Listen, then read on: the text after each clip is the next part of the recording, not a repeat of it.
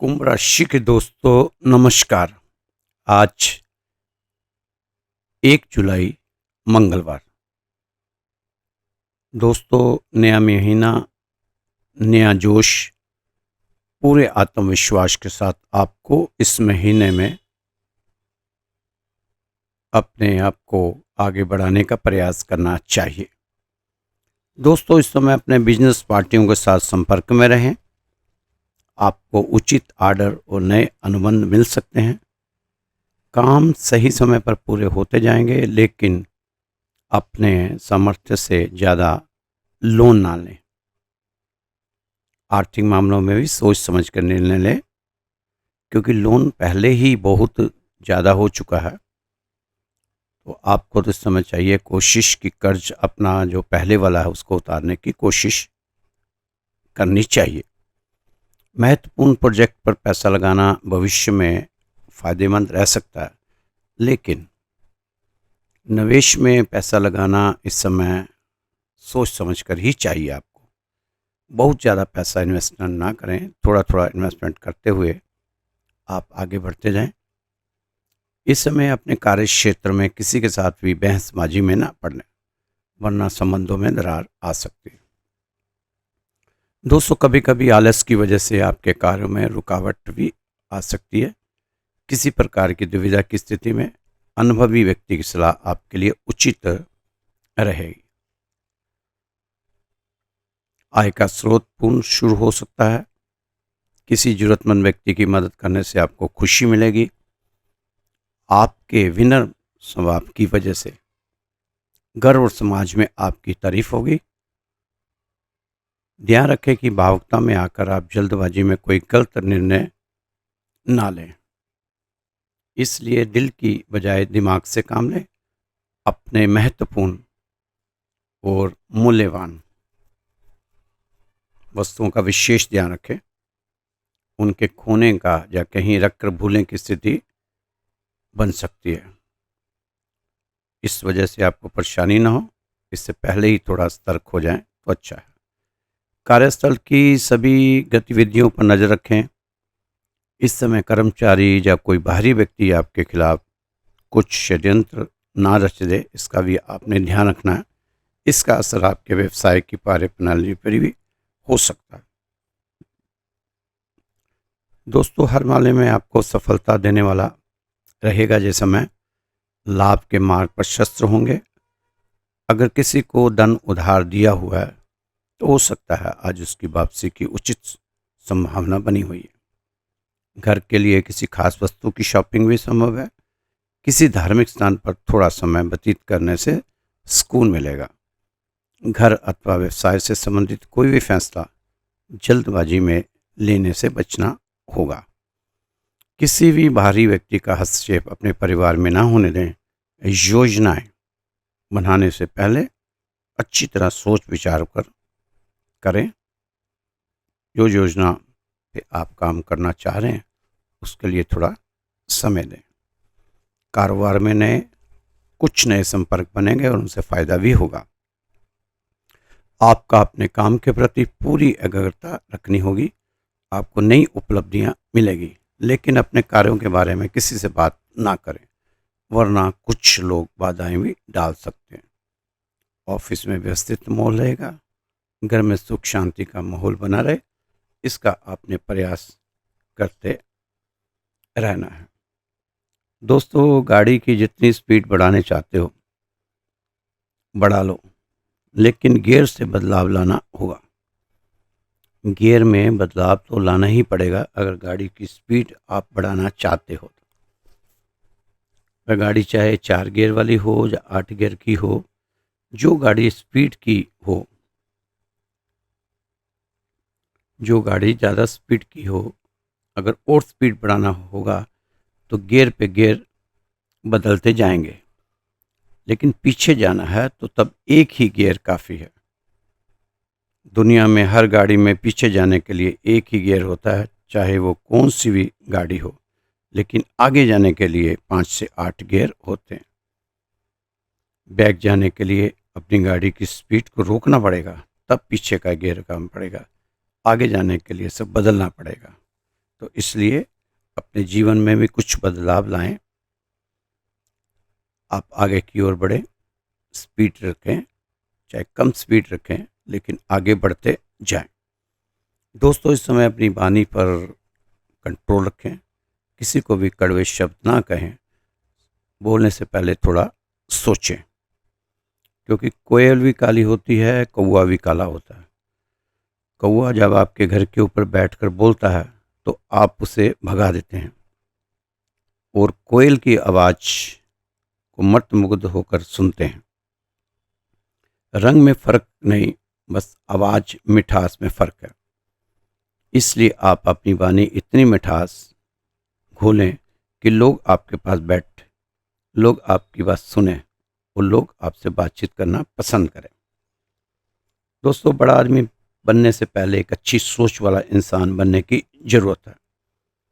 अच्छे लोग ही बड़े बनते हैं, अच्छे लोगों की ही इज्जत होती है। बुरे लोगों की इज्जत डर से होती है, दिल से नहीं होती। आप ऐसे बनो कि लोग आपकी दिल से इज्जत करें। डर से तो लोग गुंडे की भी इज्जत करते हैं, लेकिन दिल से नहीं, वो बचाव के लिए करते हैं। आपसे लोग इस तरह से जुड़ें, इसके लिए एक अच्छा इंसान बनने की ज़रूरत है। दोस्तों, लोग कहते हैं कि हमने कामयाब होने के लिए बहुत कष्ट झेले, तकलीफ़ें झेली, बहुत सारी मेहनत की, ज़िंदगी में बहुत सारे बुरे दिन देखे।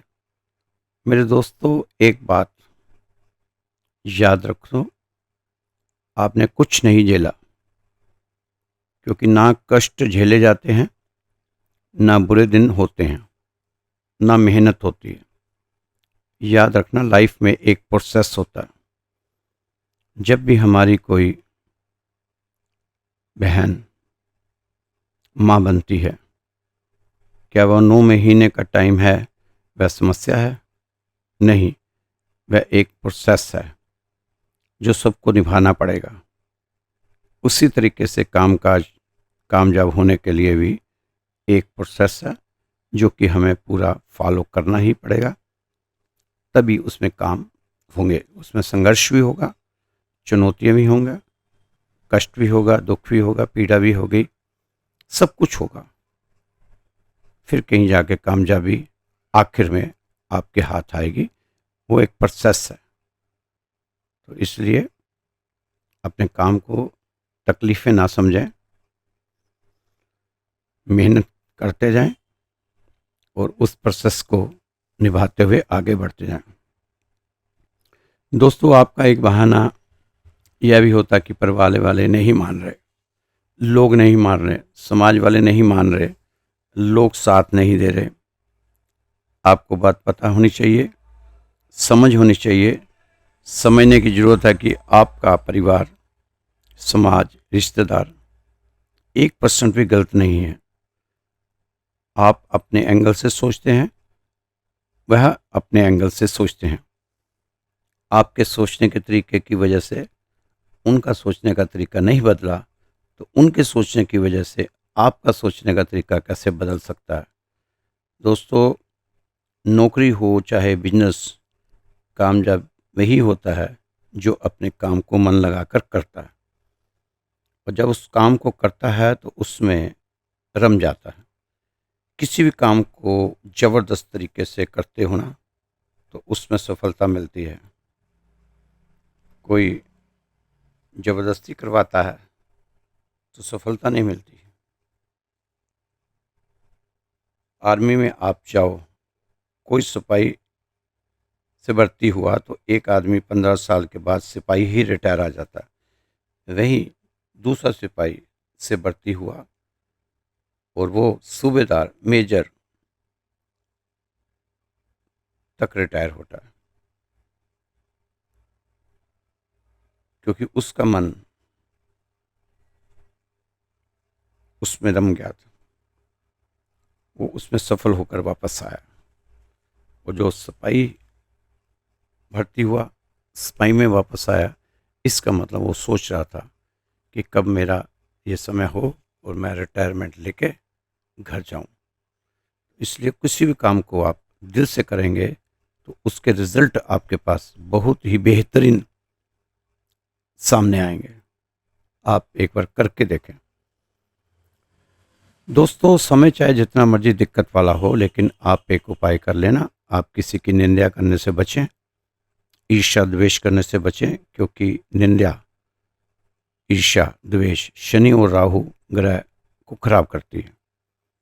आप अपने छोटे भाई बहनों को खुश रखने का प्रयास करें। कोई छोटा मोटा गिफ्ट भी लेकर दे सकते हैं। छोटे भाई को कभी मीठा भी खाने को दे सकते हैं। गली के कुत्तों की सेवा करें, फायदा होगा। इससे आपका राहु आपको अच्छे फल देगा। धन संबंधी, नौकरी संबंधी चीज़ें पूरी होती नजर आएंगी। अगर ज़्यादा ही परेशानी आ रही है तो एक उपाय कर लेना, बहुत ही कारगर उपाय है। शायद आप पर भी यह काम कर जाए।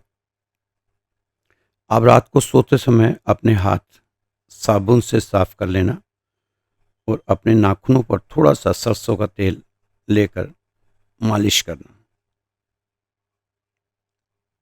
और सो जाना। अब देखना आपको इस उपाय का लाभ मिलेगा। और उड़द की दाल, उड़द की काली दाल 5 शनिवार दान करें और घर में भी बनाएं। शनि की जो 60 सती आपकी आखिरी चरण चल रहा है, उसके लिए आपको काफ़ी फायदा मिलेगा। आपके शनि मजबूत बनेंगे। प्रयास करें। इस समय आपको दिखावे का जीवन नहीं जीना चाहिए। दिखावे का जीवन बाहर से तो संतुष्टि देता है, लेकिन अंदर से तोड़ देता है। हर बड़ी समस्या समय मांगती है सुलझने के लिए, इसलिए धैर्य का साथ कभी न छोड़ें। धैर्य एक ऐसा गुण है जो किसी भी स्थिति में हमारी समस्या दूर कर सकता है। जो बीत रहा है, आप इससे समय ना समझें, समय समझने की भूल ना करें, क्योंकि जो बीत रहा है वह आपका जीवन है। जो समय का मोल समझता है, समय उसे अनमोल बना देता है। हर बड़े सपने की शुरुआत छोटे कदम से होती है। बड़े सपने संघर्ष मांगते हैं। बिना त्याग के सफलता नहीं मिलती। आप कभी भी परिस्थितियों के हाथों की कठपुतली ना बने, क्योंकि आप हालात बदलने का दम रखते हैं। कुंभ राशि की महिलाएं बोलकर नहीं, करके दिखाओ, क्योंकि लोग सुनना नहीं, देखना पसंद करते हैं। कैसे कह सकती हैं कि आप थक गई हो? आपको पता है कि किस किस के हौसले हो आप? माताओं, बहनों, जिनके ऊपर जिम्मेदारियों का बोझ होता है, ना तो उनके पास रूठने का, ना थकने का और ना टूटने का वक्त नहीं होता। सहारे इंसान को खोखला कर देते हैं और उम्मीदें कमज़ोर कर देती हैं। आप अपनी ताकत के बल पर जीना शुरू कीजिए। आपका खुद से अच्छा साथी और हमदर्द कोई और हो नहीं सकता। इसलिए अपने दम पर, अपने विश्वास पर कायम रहते हुए अपने सभी आप काम करें तो अच्छा लगेगा आपको। दोस्तों, एक छोटी सी कहानी है। एक वकील साहब थे, काम काज चल नहीं रहा था। गर्मियों में रोटियों के लाले पड़ गए। पत्नी नाराज हुई कि बच्चे भूखे मर रहे हैं, कोई काम करो। वो कहते, मैं वकील हूँ, इसके अलावा कोई काम करना मेरे लिए ठीक नहीं है। लोग क्या कहेंगे? वकालत करने के बाद क्या काम कर रहा है? फिर उसे उसकी पत्नी ने सलाह दी कि आप ये दुकान खोलो, आपके पास अकल है, आप अकल बेचो। अकल बेचूं? वो कैसे बिकेगी? बीवी पढ़ी लिखी थी, उसने कहा आप एक बोर्ड बनवाओ, घर के बाहर लगा दो, जहाँ अकल बिकती है। उसका घर बीच बाजार में था। हर आने जाने वाला वहां से गुजरता था। हर कोई बोर्ड को देखता, हंसता और आगे बढ़ जाता। वकील साहब की बीवी को पूरा विश्वास था कि हमारी दुकान एक दिन जरूर चलेगी। वो दृढ़ विश्वास के साथ बढ़ रही थी। उसको अपने पे और प्रभु पर विश्वास था कि हमारी दुकान एक दिन जरूर चलेगी। वो अपने पति को भी बोलती कि देखना एक दिन आपकी दुकान पे रश लगेगा। इतना विश्वास था। एक दिन एक अमीर का बेटा विकास वहां से गुजरा। दुकान देखकर उससे रहा नहीं गया। उसके अंदर जाकर पूछा यहाँ कैसी अकल मिलती है और उसकी कीमत क्या है। उसने कहा यह इस बात पर निर्भर करता है, वकील साहब ने कहा कि यह इस बात पर निर्भर करता है कि आप इस पर कितना पैसा खर्च कर सकते हो। विकास ने कहा 100 रुपये निकाल कर पूछा। 100 रुपये के बदले कौन सी अकल मिलेगी और कितनी मिलेगी? यह 100 रुपये की अकल तुम 1 लाख बचा सकते हो। विकास ने 100 रुपये दे दिया। बदले में उस वकील ने एक कागज पर लिख कर दिया, जहां दो आदमी लड़ झगड़ रहे हो वहां खड़े रहना बेवकूफ़ी है। विकास घर पहुंचा और अपने पिता को कागज दिखाया। कंजूस पिता कागज पढ़ा तो गुस्से से आग बबूला हो गया। विकास को कोसते हुए वकील के पास पहुंचा। अकल की दुकान पर कागज की पर्ची वकील के सामने फेंकते हुए चिल्लाया कि लूट का धंधा खोल लिया, वकालत नहीं चली तो अब ये काम शुरू कर दिया। लाओ हमारा 100 रुपये, हमें तुम्हारी अकल नहीं चाहिए। तुम में इतनी अकल होती तो तुम्हारी वकालत नहीं चल सकती थी। वकील अंदर से 100 रुपये लेकर आया और इस शर्त पर पैसा वापस दिया कि तुम्हारा पूरा परिवार मेरी इस अकल पर कभी अमल नहीं करेगा। विकास के पिता ने वादा किया कि हम कभी इसे इस्तेमाल नहीं करेंगे, आपकी अकल को। उस समय नगर की दो रानियां थी। एक दिन राजा अपनी रानियों के साथ जोहरी बाजार से गुजरा तो दोनों रानियों को एक हार पसंद आया। दोनों ने सोचा कि महल पहुंचकर अपनी दासी को भेजकर हार मंगवा लेंगी। संयोग से दोनों दासियां एक ही समय पर हार लेने पहुंच गई दुकान पर। अब दोनों में बहस होने लगी। वो कहती मैं पहले आई हूँ, बती मैं पहले आई हूँ। मैं बड़ी रानी की दासी बोली मैं बड़ी रानी की सेवा करती हूँ, इस हार को मैं लेकर जाऊंगी। दूसरी बोली पर राजा तो छोटी रानी को ज़्यादा प्यार करते हैं, इसलिए हार पर हक मेरा है। विकास वहीं खड़ा था, दोनों को तमाशा देख रहा था। दोनों लड़ रही थी, झगड़ रही थी, बहस रही थी। वो तमाशा देख रहा था कि क्या हो रहा है। अब वहाँ से निकल नहीं सकता था क्योंकि वकील साहब की, अगर वहाँ से निकला तो वकील साहब की अक्ल पे उसने अमल कर लिया। अब बेचारा मजबूरी में वहाँ खड़ा रहा। जब बिना फैसले के वो दोनों जा रही थी तो तब उन्होंने विकास को देखा। वे दोनों बोली जहाँ जो कुछ हुआ है तुम उसके गवाह रहना, राजा के सामने गवाही देनी होगी तुम्हें। रानियों ने राजा से जाकर शिकायत की। राजा ने दासियों की खबर ली। दासियों ने कहा कि एक लड़का विकास वहाँ था, उससे पूछ लो, वह वहीं पर मौजूद था, वो सच से बताएगा आपको किसने झगड़ा पहले शुरू किया। राजा ने कहा बुलाओ उसे। सैनिकों को विकास को घर भेजा कि कल 10 बजे विकास को दरबार में हाजिर होना। अब विकास के पिता डर गए, परेशान हो गए कि अब क्या होगा। अब दोनों पिता पुत्र पहुंचे अकल की दुकान पर। माफ़ी मांगी और मदद की गुहार लगाई। वकील साहब ने कहा मदद तो मैं कर ही दूंगा, लेकिन अब जो अकल दूंगा उसके 5,000 रुपये लूँगा। अब करता क्या ना करता, देने पड़े 5,000 रुपये। विकास को अकल दी कि गवाही के समय थोड़ा पागलपन का नाटक करना पड़ेगा और दासियों के विरुद्ध कुछ नहीं बोलें। अगले दिन विकास पहुंचा दरबार में, करने लगा पागलों जैसी हरकतें। राजा ने उसे वापस भेज दिया और कहा पागल की गवाही पर भरोसा नहीं कर सकते। अब राजा ने कहा दोनों रानियां खुद ही दासियों को सजा सुनाए, क्योंकि यह पता लगाना बहुत मुश्किल है कि झगड़ा किसने शुरू किया था। बड़ी रानी बहुत खुश हुई, छोटी रानी में को गुस्सा आया। अब विकास को मालूम हुआ कि छोटी रानी बहुत नाराज है, वह जरूर अपना बदला मुझसे लेगी, तो वह अपनी सुरक्षा के लिए परेशान हो गया। फिर पहुंचा अकल की दुकान पर अपने पिताजी के साथ। वकील साहब ने कहा कि अब 1,000 रुपया 10,000 रुपये लगेंगे। अकल तो मैं दे दूंगा, 10,000 रुपये लगेंगे। बचा तो लूंगा मैं तुम्हें, एक ही रास्ता है, पहले तो 10,000 रुपये दो, रास्ता तब बताऊंगा। उसी समय उसके पिताजी ने 10,000 रुपये निकाल के दिए। फिर कहा तुम छोटी रानी को वो हार भेंट कर दो। विकास के पिता बोले ये कैसे हो सकता है, वो 1,00,000 रुपये का हार है, 1,00,000 रुपये का हार मैं कैसे ले दूंगा उसको।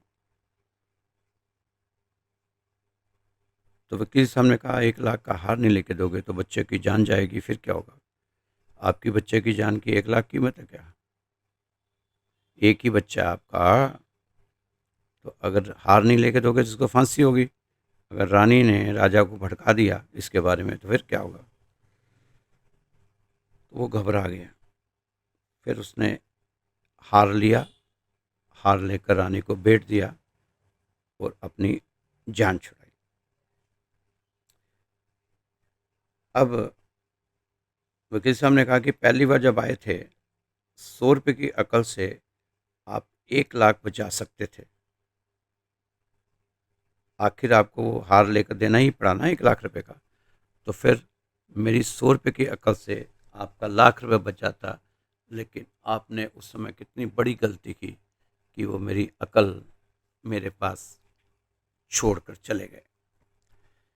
तो दोस्तों ये कहानी है, कभी कभी हमें भी कहीं से कुछ अच्छी चीज़ मिल जाती है। ये तो एक कहानी है, लेकिन कोई अच्छे संपर्क में इंसान आता है, कोई अच्छी बात बताता है तो हमें उस पर ज़रूर गौर करना चाहिए और दूसरों की लड़ाई झगड़े में कभी भी खुद को इन्वॉल्व नहीं करना चाहिए, अपने को वहाँ से निकल जाना चाहिए। ये इसी में अच्छाई होती है, इसी में भलाई होती है। क्योंकि बेवजह से किसी के झगड़े में पड़ना मतलब खुद को मुसीबतों में पड़ने की दावत देना। इसलिए आपको भी कई बार कहा हुआ है कि किसी के वाद विवाद में आप ना आना। दोस्तों जुलाई का महीना शुरू हो गया, 6 महीने इस साल के भी निकल गए और आपका जो तीसरा चरण है उसके भी 3 महीने और हो गए, मार्च अप्रैल मई जून, 3 से भी 4 महीने हो गए, चौथा महीना लग गया। तो अब आपके रह गए 26 महीने जो 60-37 वाले हैं शनि के। तो ये लास्ट का जो चरण होता है, कहते हैं शास्त्री बताते हैं, लोग भी कहते हैं कि शनि महाराज जाते जाते देकर जाते हैं। अब आपको दे रहे हैं नहीं दे रहे तो आप जाने, या भगवान जाने या शनिदेव जाने। लेकिन आप अगर शनि के नियमों पे अनुशासन के साथ सात्विक रहेंगे चलेंगे तो जरूर आपको मिलेगा। कि आप पे तो ऐसे शनि मेहरबान रहते हैं कुंभ राशि वालों पर, ऊपर से राहु मेहरबान हुआ पड़ा। तो दोस्तों ये राशि फल आपको श्री राधेश्याम मंदिर की तरफ से रोज बताया जाता है। ये मंदिर उत्तम नगर में है, दिल्ली में। उत्तम नगर, विकासपुरी, जनकपुरी, द्वारका, उसके साथ ही ये विकास नगर है, यहाँ पर मंदिर है। 17 साल पुराना मंदिर है और इस मंदिर में बहुत लोगों की मनोकामनाएं पूरी होती हैं। आप भी अगर कोई आपकी मनोकामना है, आप अरदास लगाना चाहते हैं तो अपना नाम, अपना गोत्र और स्थान वो मेरे व्हाट्सएप नंबर पे भेज सकते हैं। अगर आपकी जन्म पत्री दिखाना चाहते हैं वो भी मेरे व्हाट्सएप पर आप भेज सकते हैं। जन्म पत्री भेजना, डेट ऑफ बर्थ का कोई फ़ायदा नहीं, सिर्फ जन्म पत्री के 3 पेज भेजो या PDF में फाइल में भेज दो। तो दोस्तों मेरा नंबर है, व्हाट्सएप नंबर है, ये नोट कर लीजिए, 9315336907। तो इस नंबर पे आप अपना मैसेज छोड़ सकते हैं। खुश रहें, मस्त रहें, स्वस्थ रहें, व्यस्त रहें, तंदुरुस्त रहें। कल फिर मिलेंगे आपकी राशि के साथ। जय श्री कृष्णा, जय श्री राधे।